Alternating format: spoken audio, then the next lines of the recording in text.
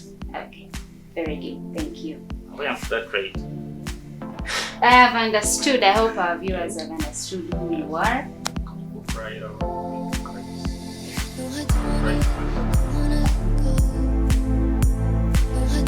What was supposed to go to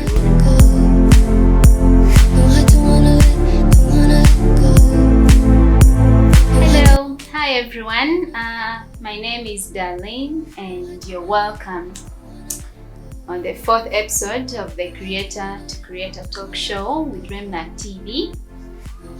Today in the studios we are hosting a very big person in the comic industry, and his name is Cranimmer, and he's both a comic book writer and an artist. So stay tuned. He has a lot to share with you, a lot of information to really share with you. So stay tuned, don't go away. If there are boundaries, I will try to knock them down. My name is Cranimmer. I'm a comic book artist. I've been a comic book artist for the past, let me say, 6 to 8 years. And I've been making comic books for Reminac Comics exclusively, and for clients that come in wanting comic books from Reminac Comics. Okay. And yeah, that's pretty much it. Yeah, that's brief and really outlined properly. So I hope by the end of the show they'll know who Cranimmer is. So Yes. our second question is how and when did you know you really wanted to become a comic book writer and an artist? How and when was that? When did you decide that this is who you wanted to be? Yeah. So I think I was about 18 when I made the decision to become a comic book writer and an artist, comic book artist. And that's after finding out that all the comic books I had read growing up were drawn by people not by a supercomputer like I thought. All the animations I was watching growing up, like Samurai X, like Code Lyoko, like Speed Soccer, they all began as drawings, pieces of drawings on paper that people drew, not a supercomputer like I imagined. And I got that information well late in life when I was about 17.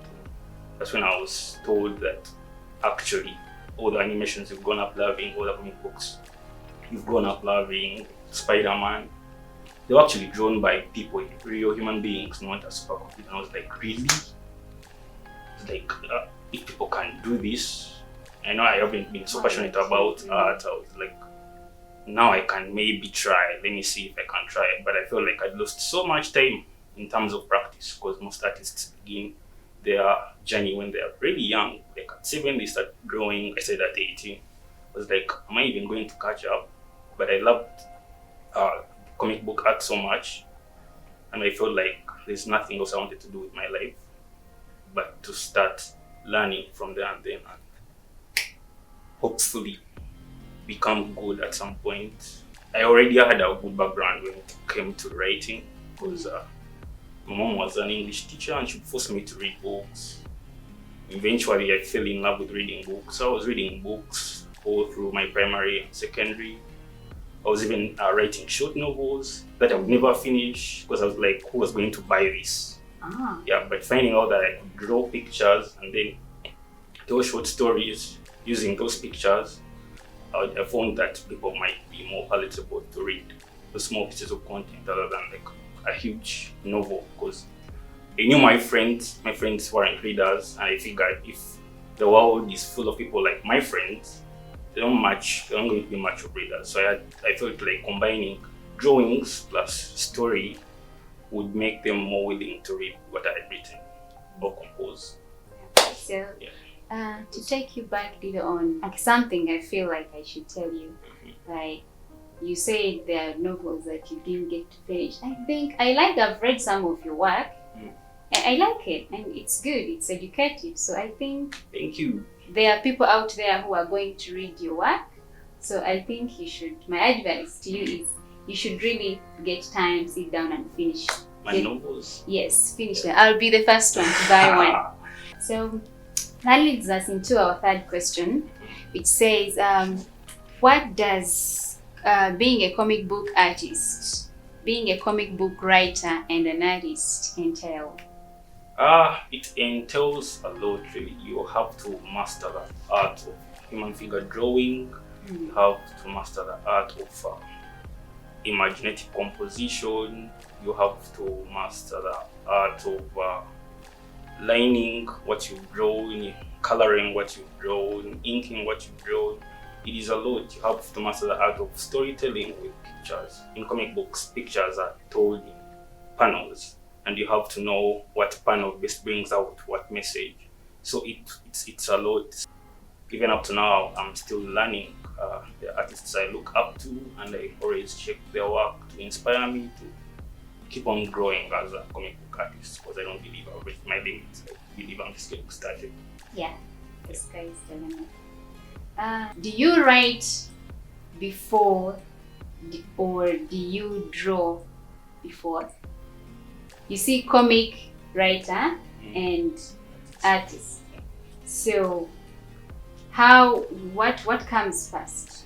Writing. Writing. I first begin by writing. You begin with an idea, and then you find a way of bringing that idea out in form of a script. Because what comic book artists follow is like a scripted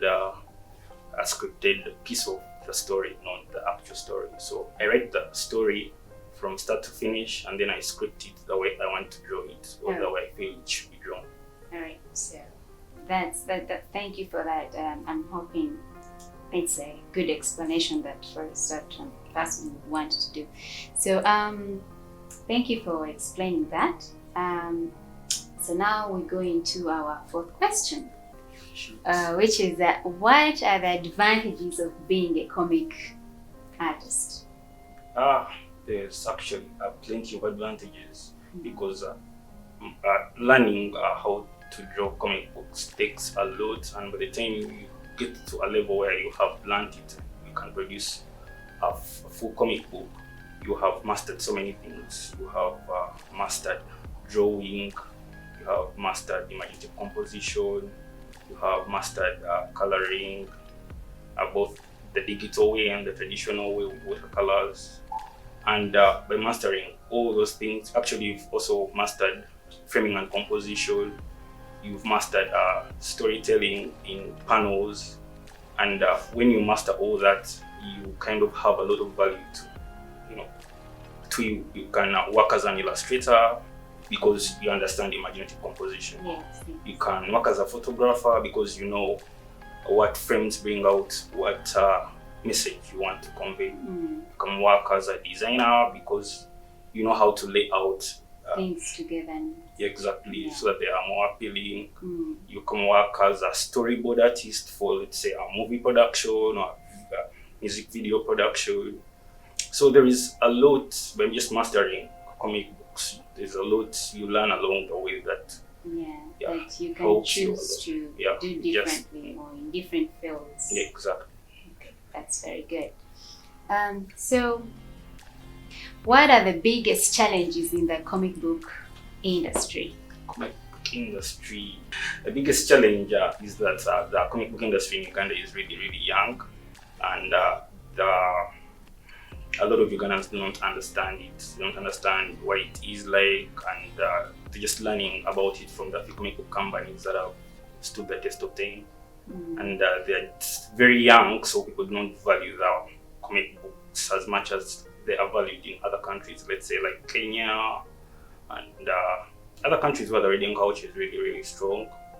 So yeah, that's I think the biggest challenge, and the rest pale in comparison to that, because if your mission in life is to create comic books and then you live in a place where people do not understand it,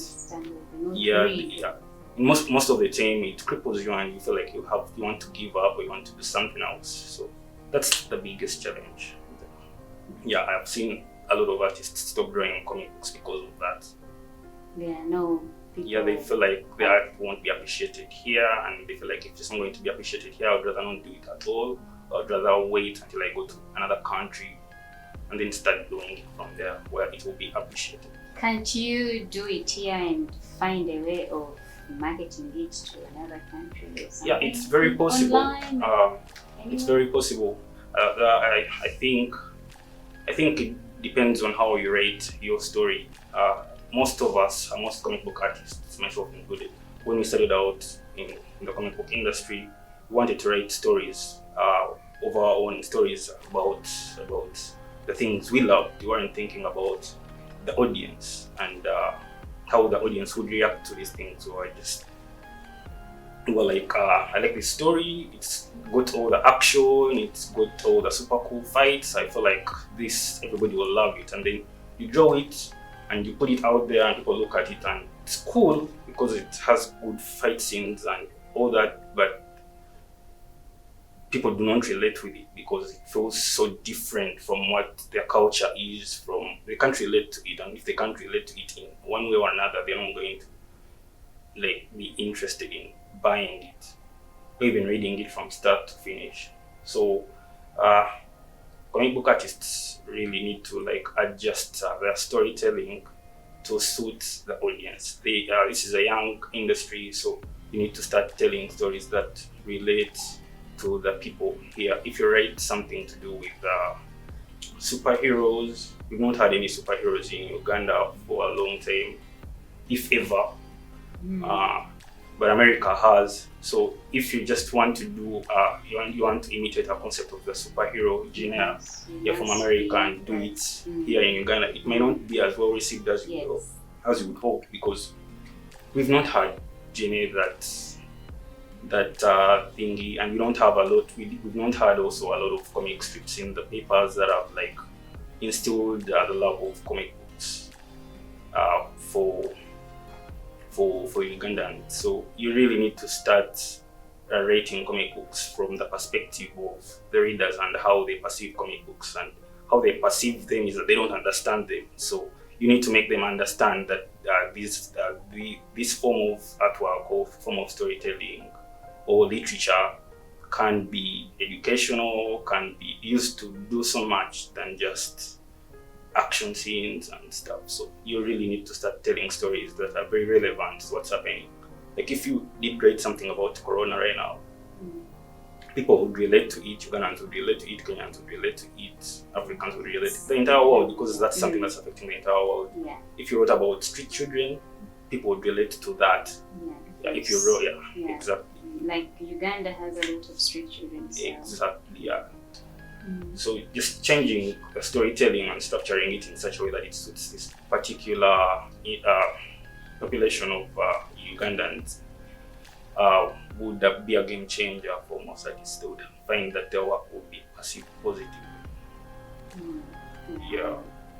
I too have stories I've just placed aside, writing stories that I know are relevant until the moment when I feel the industry has now grown to a level where they can accept something different. That's when I'll bring out those particular stories. So there's some exciting things in the box hidden somewhere and waiting for that right time. Exactly. That should keep our viewers interested in this. So, now since there are a lot of those challenges, or those challenges that you've talked about, how do you overcome them, and how do you advise someone who is starting into the industry to overcome these challenges? You have to overcome these challenges by confronting these challenges. There is no shortcut to. That's a very good one. To overcoming these challenges. Like there's no shortcut to experience. You have to create your first comic book and put it in people's faces and hear the feedback they give you, and from that feedback find out what you want to adjust to suit their needs. You have to do a lot of research before you even start to write a comic book story. You have to see if people are going to like it before you start drawing it. You have to be also persistent, because drawing a comic book from big start to finish, it's very difficult. People do not actually realize how difficult it is, but it's very, very difficult. So you have to be very persistent, and you have to also believe in the story that you've chosen to write, because if you don't believe in it, no one is going to believe in it. And if that happens, it might actually cripple you even more. You have to just keep on and believe in what you're doing. That's the most important thing. Just be passionate about what you're doing and believe in it. And then eventually people will start to see what you're trying to do. Yeah, because if you don't give up, at least people will know there's something behind it. Before I actually wrote the first comic book that people perceived very well, I had written about 5 comic books that are unknown to even this day, because I would write them and finish them, and then I would hear feedback and it would be negative, and then I would try to approach storytelling a different way and put it out there, and it would be negative. I would never be afraid every time of putting my work out there, because I know from getting the criticism from people, is what would help me grow. And that's where you get the strength when people comment and correct you. You get that energy to make sure you keep going. It just brings you closer to what people really want and appreciate, and their feedback and their insight sometimes helps you figure out what is going to work for you in the next story that you're going to tell. Yes, I'm sure our viewers have understood how to overcome this challenge. You don't have, when people criticize you, you don't just lay back, you keep fighting because you know what you want. This is your work, it's what you want people to. And in fact, it's educating them, so that's why you keep pushing. Exactly. So, that's very good. And now, I would like also to know, how do you market your work? Knowing our Uganda, where we don't have a lot of people interested in that particular type of literature. Yes. Yeah. How do you market your work?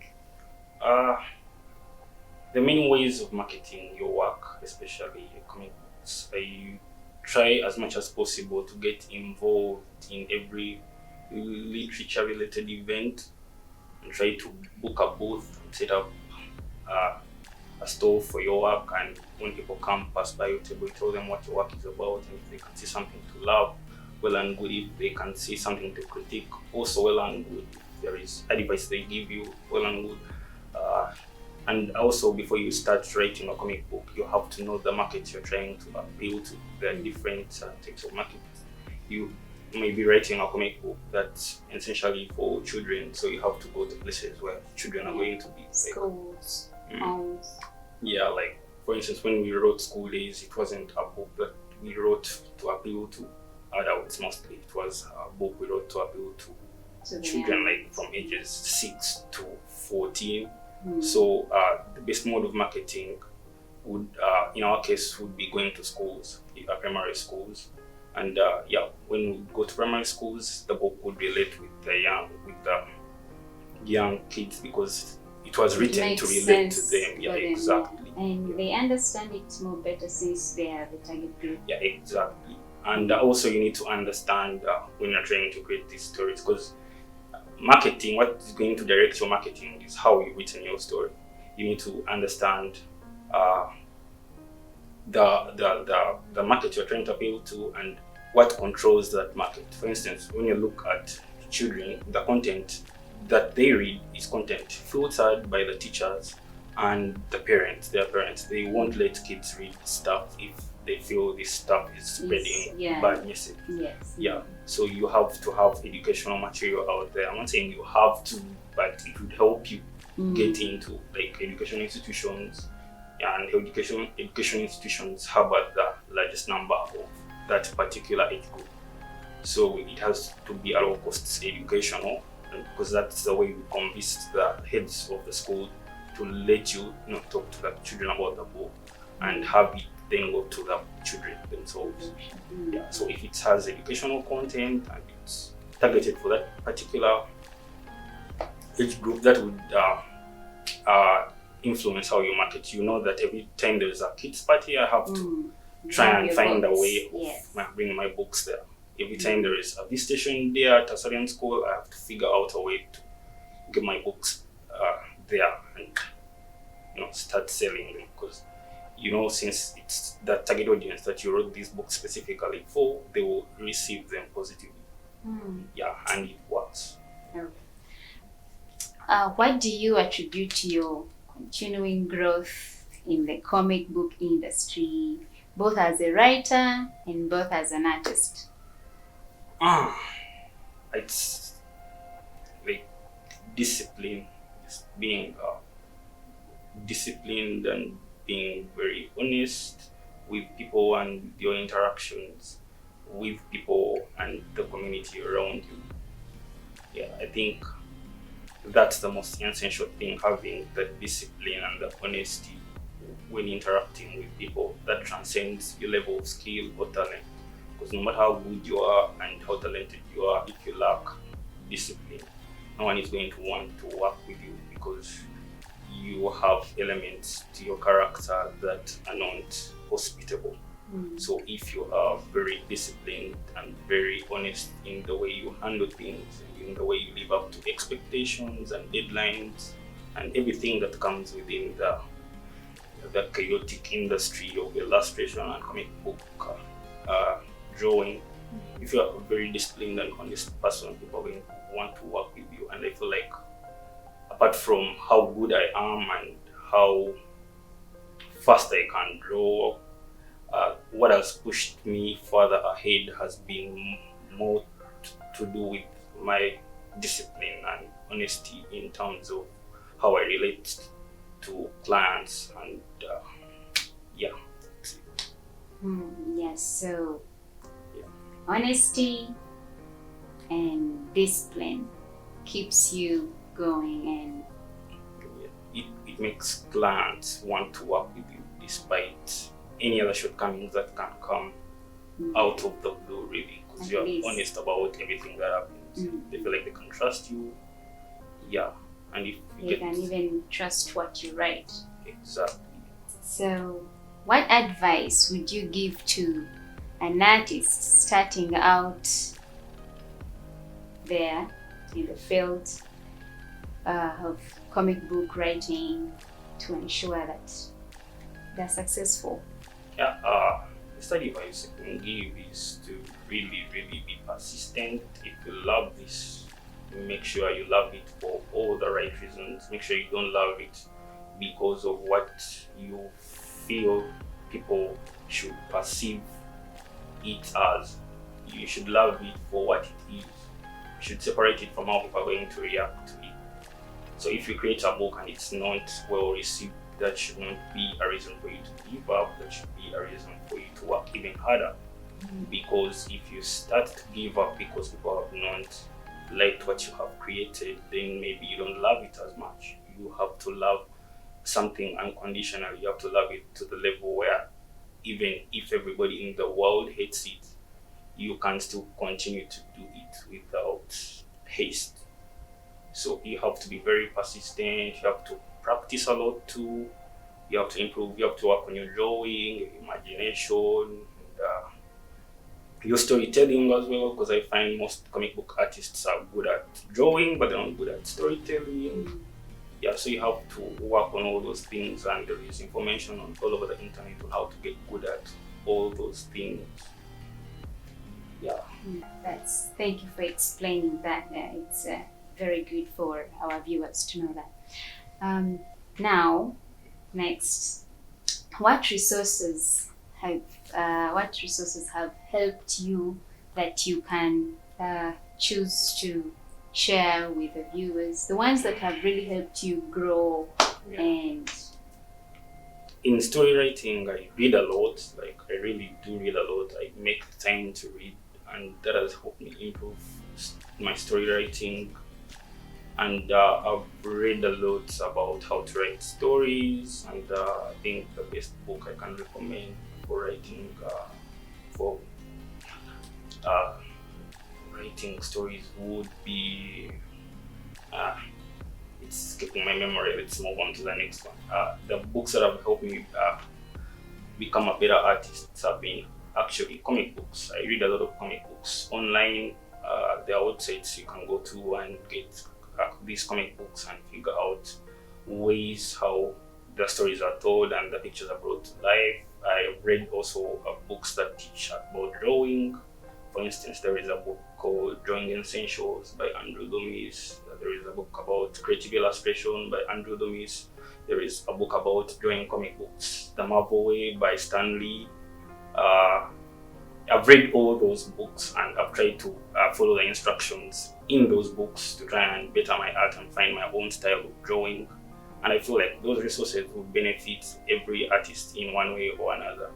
Yeah, you don't have to draw exactly as they draw, but they help you find your own style as an artist, because in the end, your style is what's going to separate you from all the other artists. If you don't have a style of art, you are lumped in with all the other artists, because your work is going to look like the work of every other artist. So you need to have a distinctive style that defines your work. So you have to read a lot to learn about storytelling. You have to read a lot of comic books. You learn about these things even vicariously, like you don't even know that you're learning, but if you read a book and you like it, there is a way how it's written by the author gets to you psychologically. You just feel like you want to recreate that same feeling that author created in you when you're reading the work that you loved. And by reading a lot of that, you figure out ways to just write stories to the impact that you want them to have on your readers. Yeah. So yeah. Thank you. That's well put. There are so many resources out there. Like you say, the internet these days, even a child of about 10 knows how to use the computer or their phone. So as long as you type in comic books or comic anything, there is always something for you to and learn. Also, if you can find a mentor, like to mentor you in drawing, that is very, very helpful, perhaps even the most helpful bit of it, because if you can find a mentor, they can teach you about the industry you're getting into. Knows the work. Because if you found a mentor in Uganda, that means they've been working in Uganda and they know a lot about how the comic book industry works in Uganda. When I was starting out, I had a person mentor me. I think my very first mentor was Reminac Comics. He's now one of the big names in the comic book industry.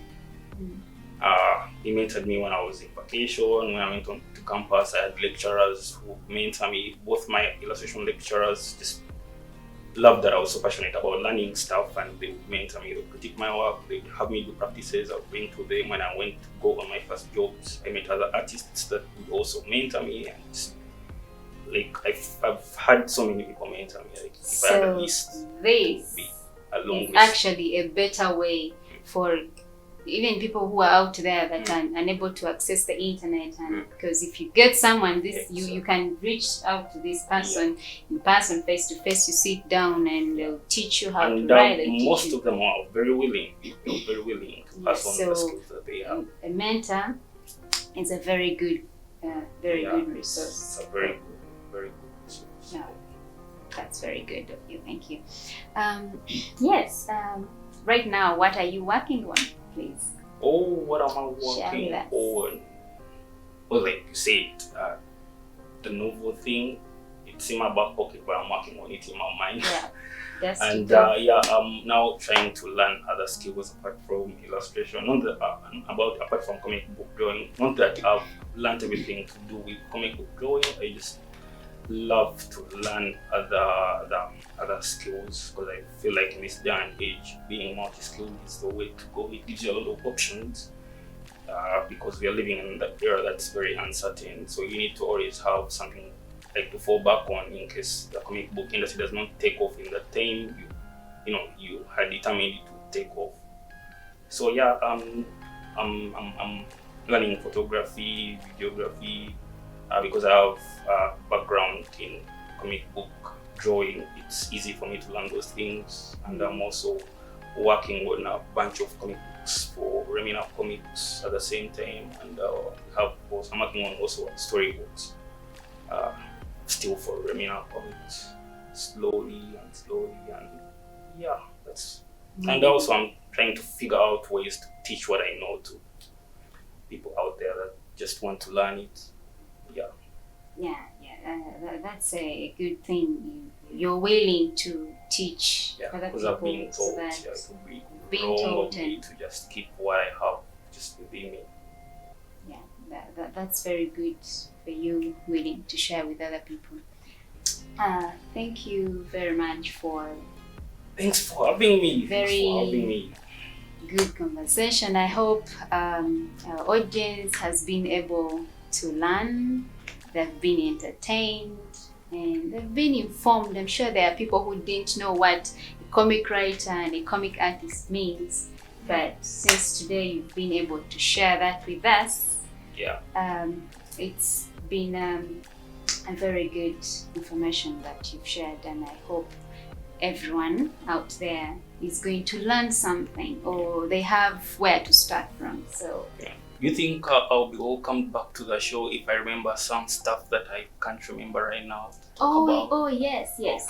Cool. Thank you. I just wanted to make sure. Thank you. Studios are always open to you sharing, because you're teaching the young ones out there, and especially right now when they're not in school, there's something to some knowledge they can get from you. So this brings us to the end of the show. Thank you for listening. Please subscribe. Thank you very much, and bye. Bye. Ciao.